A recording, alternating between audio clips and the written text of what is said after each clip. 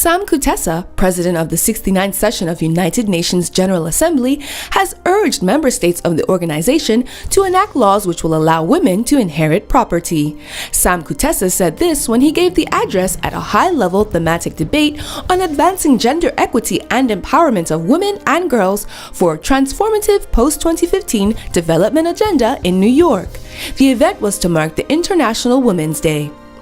According to the president, the deep-seated norms, beliefs, and practices that contribute to gender-based discrimination must be confronted and changed.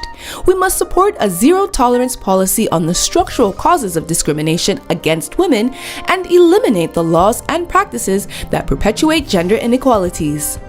Kutesa said women needed to be guaranteed their land, ownership, and inheritance rights, citing an example with the story of a Ugandan woman called Nabanja from Kashongi village in western Uganda who acquired land with her husband but was abandoned on sale of the land by the husband. He said Nabanja's husband sold that land without her knowledge, leaving her and her children with no home or means of survival. Such examples emphasize the need to put legislation into place which empowers and guarantees their land ownership and inheritance rights. Addressing the heads of state, ministers, and parliament speakers at the event, which happened over the weekend, Kutesa, also an MP from Awogola County in Sembabule district, said states needed to formulate laws that address issues affecting women, such as the unequal distribution of resources within households based on gender.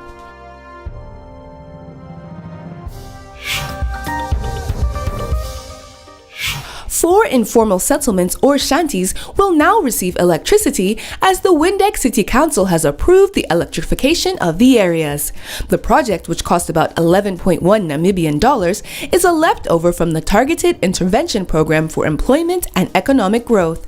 The shanties include Twitheni Ahango Settlement in Okuyangaba Kaitani Settlement of Ochumutse Extension 2, Ongulombashe Okahandia Park, and Ochumutse 6 and 7.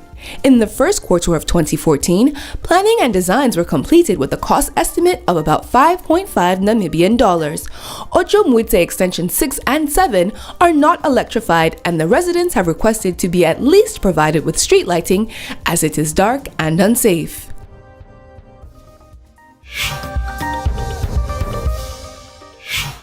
Last year's prestigious Dubai International Award for Best Practice has been awarded this year to Ghana's Bamboo Bikes initiative.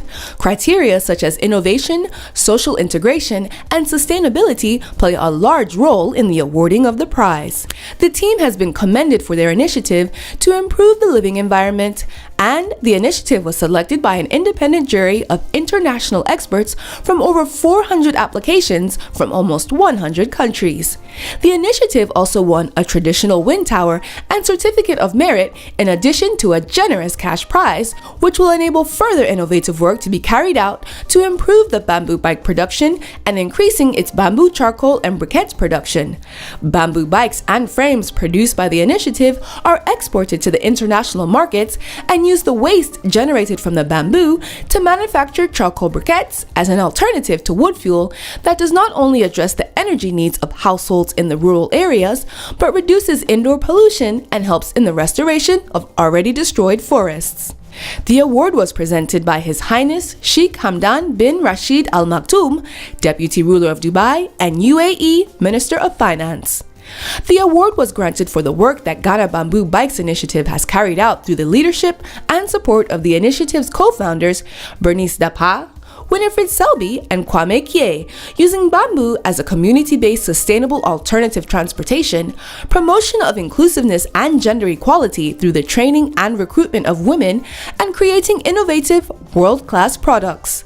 The initiative has quickly become a key international player in promoting the bamboo bikes worldwide and transferring of the technology of bamboo bike making to youth organizations worldwide. The UN Urbanization Program, UN Habitat, awards the prize biennially along with Dubai City to 10 city projects which improve the living conditions of their citizens and to help in the sharing of knowledge and transfer of best practices to other communities around the world. All submissions will be added to the UN Habitat Best Practices database.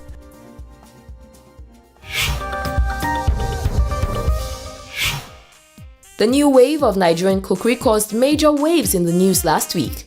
At Tony Pox tweeted, "Hibiscus eba and egusi, such preposterous, racist and counter-revolutionary Philistinism." While at King Duye Alfred was more direct, he said, "This disrespect of eba by so-called modern African chefs must stop. How can eba, powerful eba for real men, be a ruse? How?"